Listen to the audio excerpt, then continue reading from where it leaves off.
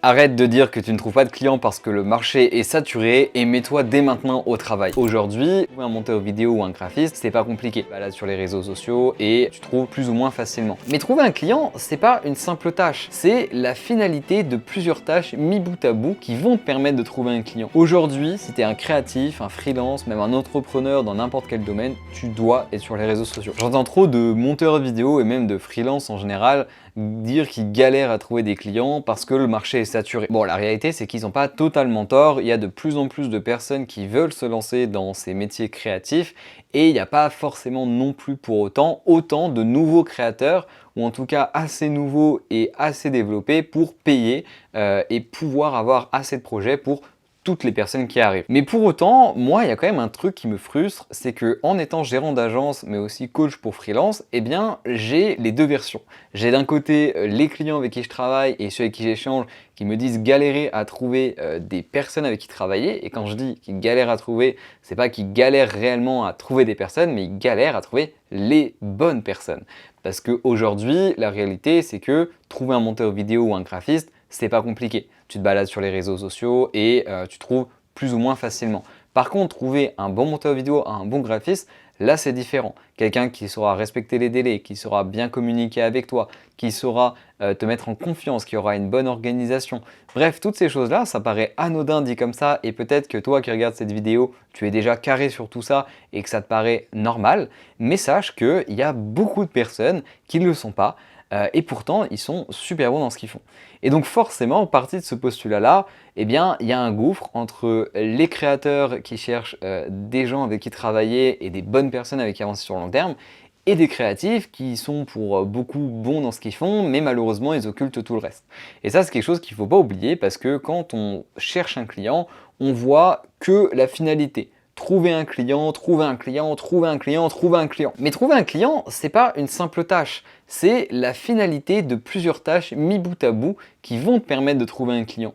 Et ça, c'est quelque chose que beaucoup de freelances ont tendance à oublier, à occulter, et c'est ce qui fait qu'aujourd'hui, on retrouve des personnes qui sont super bons créativement, mais qui galèrent à trouver des clients, voire même pour certains qui se bradent, alors qu'ils ont un niveau qui pourrait facturer à un prix totalement correct. De 1, ils s'aident pas parce qu'ils vont galérer à se développer, et de 2, ils n'aident pas non plus le marché parce qu'ils vont quand même réussir à se faire contacter grâce à leur niveau, mais comme leur prix est très bas, eh bien ça va un peu casser le marché.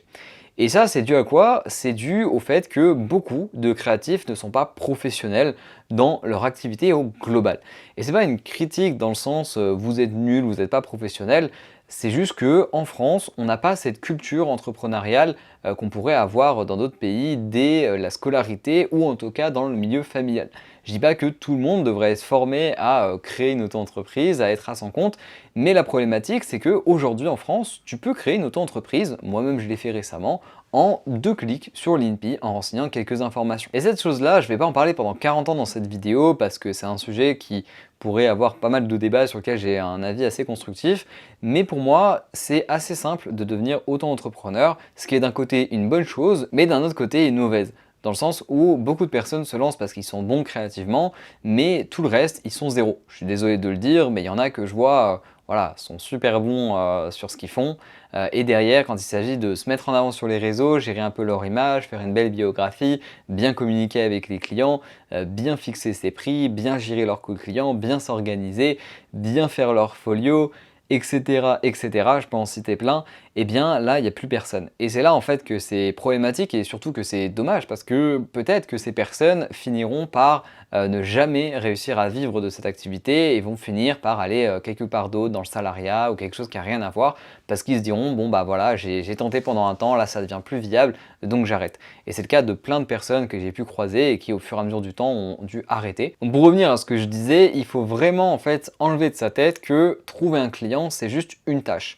Et non, trouver un client, c'est pas juste une tâche. Comme je le disais, c'est la finalité d'une multitude de tâches. C'est déjà de bien savoir fixer son prix. Parce que quand tu vas contacter un client, il faut à la fois que le prix soit correct pour toi, mais aussi qu'il soit forcément un peu attractif pour le client et par rapport aux autres monteurs qui vont se vendre en parallèle de toi. Donc ça, c'est super important et c'est pour moi la base de tout. Ensuite, il y a le folio. Le folio, c'est aussi une pièce maîtresse et qui a tendance à être trop souvent mis de côté, dans le sens où tout le monde a un folio, mais je trouve que beaucoup de créatifs ne prennent pas assez le temps d'optimiser leur folio.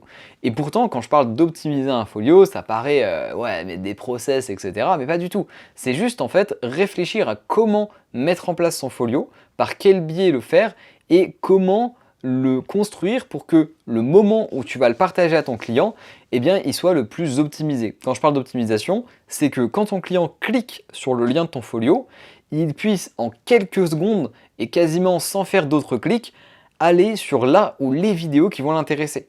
Parce que oui, toi tu es monteur vidéo, peut-être que tu montes un peu de divertissement, un peu de gaming, un peu de storytelling, peut-être d'autres choses diverses et variées. Si tu commences à faire une playlist YouTube avec 100 vidéos, mais dedans il y a tout en vrac, quand tu vas contacter par exemple un client qui cherche uniquement du gaming et que ça représente 10 vidéos sur 100 de ta playlist, très honnêtement, le client il va pas se faire chier à scroller ta playlist pour essayer de trouver les contenus qui l'intéressent. Tandis que, truc tout con, hein, mais si tu veux des playlists dédiées par catégorie de contenu, et bien là ton client quand il va cliquer sur le lien directement il va voir, hop là, une petite playlist gaming sur laquelle il va pouvoir cliquer et en 2 clics, même pas en un clic, il aura accès à ce qu'il est venu chercher, ce qui va le conforter à regarder ce que tu fais et derrière rééchanger avec toi. Et ça c'est un truc tout con, mais il y a plein d'autres tips comme ça pour optimiser son folio et qui sont ultra simples à mettre en place et qui font honnêtement la différence. Donc ça c'est pour la première partie. La deuxième partie, ça va être le démarchage. Aujourd'hui, on a des gens qui démarchent un peu n'importe comment, un peu n'importe où, mais il y a aussi des manières de faire et des optimisations aussi en termes de messages. Encore une fois, aujourd'hui, il y a beaucoup de personnes qui se font contacter par des monteurs vidéo. Si tu envoies le même message que tout le monde, salut, je suis monteur, j'ai vu que tu cherchais quelqu'un, je suis dispo, voici mon folio. Bon, bah voilà, tu sais que tes chances, elles sont équivalentes à tout le monde. Par contre, si tu envoies un message un petit peu différent, avec une accroche un peu différente, avec une façon d'amener la chose différente, tu vas créer une personnalité. Certes, tous les clients ne vont pas être attirés par cette personnalité. Par contre, ceux qui le sont seront plus à même de te répondre en priorité plutôt qu'aux autres monteurs qui auront fait significativement le même message. Et ça, c'est la même réflexion qu'il faut avoir dans à peu près tous tes messages. Garder un côté authentique et essayer de réfléchir pour avoir des messages qui peuvent être différents de ce que tout le monde pense directement. Ce qu'il faut faire, c'est que quand tu veux faire un message à un client, tu rédiges directement un message qui te vient comme ça par la tête, le tout premier truc qui te vient, puis tu te reposes dessus. Parce que généralement, la première chose qui te vient en tête pour écrire un message à un client, c'est aussi la première réflexion qui va venir à tous les autres monteurs. Donc si toi tu prends le temps de te reposer sur cette première réflexion pour la changer, et bah tu optimises tes chances que ton message soit un peu plus personnalisé et différent des autres monteurs. Donc ça voilà, c'est encore des choses. Et derrière, le but du jeu, et moi c'est un conseil que je donne énormément à travers mes accompagnements, et là-dessus aussi je donne aussi des tips et des méthodes pour plus facilement amener le client vers ça, c'est de proposer au client un appel. Ça, je trouve que c'est un truc game changer et pourtant, il y a beaucoup de freelances qui aujourd'hui ne font toujours pas d'appel. Soit parce qu'ils n'en voient pas l'intérêt, soit peut-être parce qu'ils sont craintifs, timides. Ce que je comprends tout à fait, c'est très compliqué de faire des appels quand on est un peu introverti, quand on n'a pas l'habitude, quand on travaille dans sa bulle, etc. Et pourtant, croyez-moi, c'est game changer. Que ce soit pour moi, même toutes les personnes que j'ai accompagnées, ils ont quasiment eu tous leurs clients grâce à des calls. Et oui, parce que le call client, ça permet de rassurer la personne, de la mettre en confiance, de casser les fils parce que tu vas pouvoir mettre ta caméra si tu le souhaites, tu vas pouvoir parler avec, voilà, avec ta voix. Donc la personne pourra mettre un visage sur qui tu es. Et ça, c'est super important pour créer une connexion, créer un réel lien avec le client. Parce que sinon, le client, il va créer grosso modo le même lien avec tous les monteurs. Si vous avez plus ou moins la même présentation de folio, globalement le même niveau, que vous mettez globalement les mêmes messages, en fait, il aura le même lien avec tout le monde. Et il n'y en a pas un avec qui il va avoir éventuellement un lien supérieur. Donc ça, c'est un truc aussi super important.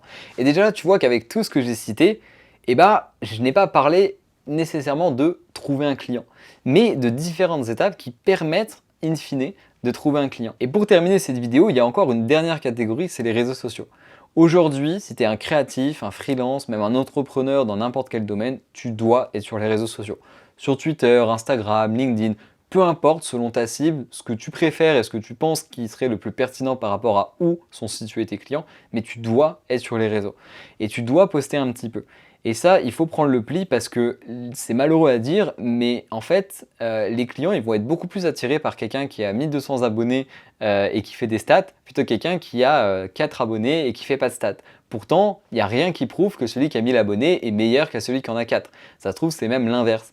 Mais malheureusement, on est sur les réseaux, il y a ce côté d'image, et tu dois être obligé d'avoir un certain truc. Aujourd'hui, par exemple, si tu es sur Twitter, la pastille bleue est presque obligatoire si tu veux avoir un gage de notoriété et d'image auprès des gens que tu contactes. Aujourd'hui, c'est mieux aussi d'avoir une photo de profil et pas une illustration, une image, parce que ça va venir casser ce côté virtuel et tu vas pouvoir montrer à ton client qui tu es.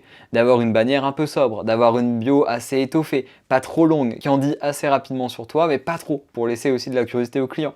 Et puis par-dessus tout, avoir des posts. Parce qu'un compte Twitter qui n'a pas d'actualité, qui ne partage pas des timelines, qui ne partage pas des projets, qui ne retweet pas des tweets d'autres monteurs pour donner des avis ou quoi, et on se dit ok, c'est quelqu'un qui débute, donc il est nul. Alors que, encore une fois, peut-être pas. Peut-être que tu t'es formé et que tu viens seulement de te lancer sur les réseaux, mais que tu es très bon. Alors pour ça, il faut que tu partages des posts. Et oui, je te vois venir, être sur les réseaux, ça prend du temps, c'est compliqué, je sais pas quoi poster, quand poster, il faut que je sois dispo tous les jours. Alors déjà, tu n'es pas obligé d'être présent tous les jours sur les réseaux. Et en plus de ça, il y a plein de manières et plein de posts que tu peux faire un peu au quotidien, mais simplement tu n'y penses pas. Alors ce que je te conseille, c'est que parfois, en fin de journée, tu te poses, tu fais une rétrospective de toute ta journée, de ce que tu as fait, et tu regardes ce que tu peux poster sur les réseaux. Ok, là j'ai eu un retour client magnifique, je vais le screen, je vais le poster sur les réseaux, je vais dire waouh, super retour client, trop content d'avoir bossé avec lui. J'ai bossé sur tel projet, hop, je screen la timeline, je la poste sur les réseaux. J'ai fait un petit effet sur un projet que je trouve génial, hop là, je fais un mini export de 5 secondes de cet effet que je vais poster pour montrer un work in progress. J'ai eu un retour sur Trustpilot d'un client, tac, je vais le poster. Tout ça, tu as fait ça dans la même journée, ça te fait 4 posts. Et là, je viens de dire ça littéralement en 30 secondes. Donc regarde tout ce que tu peux faire et ces posts-là sont très simples, tu peux les faire ultra rapidement et ils peuvent être ultra engageants à la fois pour capter d'autres monteurs et créer une communauté et aussi capter d'autres clients. D'ailleurs, pour l'occasion, j'ai préparé un petit document que je te mets à dispo 100% gratuitement dans lequel je vais te donner quelques idées de posts réseau que tu vas pouvoir faire au quotidien dans ton activité. Pour ça, tu as juste à cliquer sur le premier lien en description et tu recevras automatiquement par mail ce fameux document. En tout cas, voilà pour cette vidéo qui peut permettre d'élargir ton spectre de vision et ne pas uniquement regarder la finalité qui est trouver des clients, mais aussi bosser sur l'ensemble. Il y a plein de choses que je n'ai pas évoquées, comme l'organisation qui vient après, parce que trouver des clients, c'est bien, c'est une première étape, mais après, il faut encore faire en sorte que tout se passe bien, que les deadlines soient respectées, qu'il y ait une bonne communication, un bon rendu, et tout ça, ça se travaille aussi. En tout cas, si jamais tu veux éventuellement aller plus loin et vraiment structurer davantage ton activité sur tous les plans que j'ai cités avec différents tips et conseils que je partage, mais aussi mon accompagnement au jour le jour pour t'aider au mieux à te développer, n'hésite pas à me contacter. J'accompagne des monteurs vidéo à développer leur activité globalement en un mois. Et en plus de ça, tu auras à dispo différentes choses comme une template Notion, mais aussi un accès au Discord communautaire avec tous les autres membres, au call collectif, et puis tu auras même accès à ça après l'accompagnement. Bref, si jamais ça t'intéresse, n'hésite pas à me le dire. Et si tu as kiffé la vidéo, n'hésite pas non plus à me le dire en commentaire. En tout cas, ça m'a fait super plaisir de la faire. Et on se retrouve vendredi prochain pour une autre vidéo. Allez, ciao!